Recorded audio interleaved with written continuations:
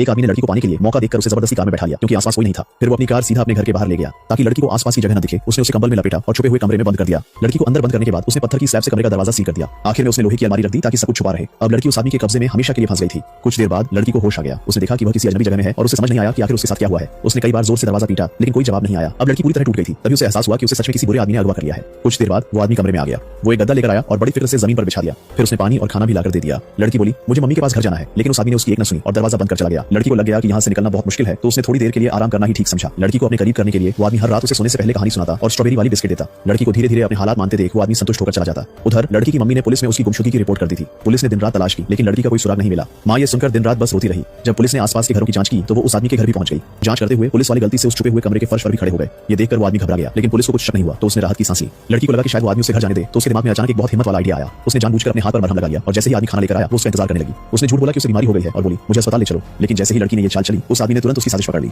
उसने लड़की को सजा देने के लिए सीधे 3 दिन 3 रात तक उसे भूखा रखा। 5 साल कैसे बीत गए पता ही नहीं चला और लगातार भूखे रहने से अब वो लड़की बिल्कुल हड्डी और चमड़ी भर रह गई थी। एक दिन उसने देखा कि उसकी टांगों पर खून के निशान आ गए हैं। ये उसकी कैद का 1645वां दिन था और पहली बार उसे पीरियड्स आए थे। ये देखकर आदमी को घिन आई तो उसने लड़की को ऊपर ले जाकर उसका शरीर साफ करवाया। 5 साल में पहली बार था जब वो गुप्त कमरे से बाहर निकली थी। आदमी की जबरदस्ती में उसे उसी के सामने खुद को साफ करना पड़ा। लेकिन अगले ही दिन उस आदमी की मां ने उसकी जैकेट पर एक सुनहरा बाल देख लिया। मां ने तो सोचा था कि बेटे को कोई गर्लफ्रेंड मिल गई है, लेकिन मां को शक न हो जाए इसलिए वो आदमी अचानक गुस्से में फट पड़ा। वो लड़की को कमरे से घसीटकर बाहर ले आया और उसके सारे बाल काट डाले। उस आदमी की इन हरकतों को लड़की चुपचाप सहती रही क्योंकि उसे किसी तरह जिंदा बाहर निकलना था। उस दिन क्रिसमस था तो उस आदमी ने खुद के लिए बहुत सारे गिफ्ट्स खरीदे। उसने अपना कमरा बड़े ध्यान से सजाया ताकि उसे बाहर की दुनिया से कटा महसूस न हो। फिर वो वीडियो कैमरा लेकर आया और लड़की को गिफ्ट देते हुए सब रिकॉर्ड किया। उसने सारा को एक म्यूजिक प्लेयर दिया और उसने खुशी का दिखावा किया ताकि उस आदमी का अजीब सा मन शांत रहे। त्योहार आते ही मां को अपनी बेटी की याद और भी ज्यादा सताने लगती थी। वो हर वक्त उसकी कमी महसूस करती थी। दादी ने भी उसके लिए खुद स्वेटर बुन दिया था। बस इंतजार था कि पोती घर लौटे तो उसे पहनाए। लेकिन उन्हें ये नहीं पता था जिस बेटी को उन्होंने बचपन से प्यार और दुलार दिया था वो अब एक दरिंदे के हाथों रोजमर्रा की मजदूरी करने पर मजबूर है। एक रात वो सारा को अपने कमरे में ले गया, उसके हाथ बांध दी और फिर अपना पहला शारीरिक रिश्ता उसी के साथ बना लिया। भले ही वो दिखावे के लिए सब कुछ खुशी खुशी सहती रही लेकिन उसके दिल में भागने की उम्मीद कभी भी खत्म नहीं हुई। अब लड़की को कैद हुए 2029 दिन हो चुके हैं। वो पूरी तरह उस दरिंदे की गुलाम बन चुकी है। दिन भर उसी के लिए घर का काम करती है और तो और उसे अंडरवियर पहनने तक की इजाजत नहीं है।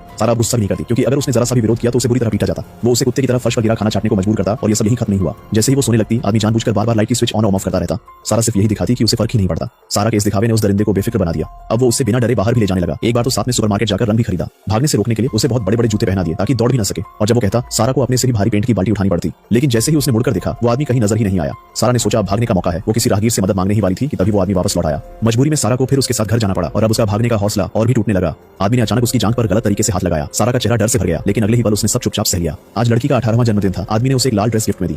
दोनों ने साथ में संगीत पर डांस किया और रात को नई नवेली शादी की रात मनाई। लेकिन जब लड़की ने उससे वजह पूछी तो आदमी ने मजबूरी में सच बता दिया। दरअसल 8 साल पहले लड़की की एक मुस्कान ने उसके मन में ये खौफनाक ख्याल पैदा कर दिया था। सारा जब वापस उस कमरे में गई तो ये सच्चाई जानकर वो पूरी तरह टूट गई। उसने खुदकुशी करने का सोच लिया। टॉयलेट पेपर को माइक्रोवेव में डाल दिया। धुआं उठते ही उसे अपनी मां याद आ गई लेकिन वो इतनी आसानी से मरना नहीं चाहती थी। आखिरकार उसने खुदकुशी का ख्याल छोड़ दिया। जब वो धुआं बाहर निकालने की कोशिश कर रही थी तो जलने की तेज गंध से वो आदमी सतर्क हो गया। फिर उसे एक बेरहम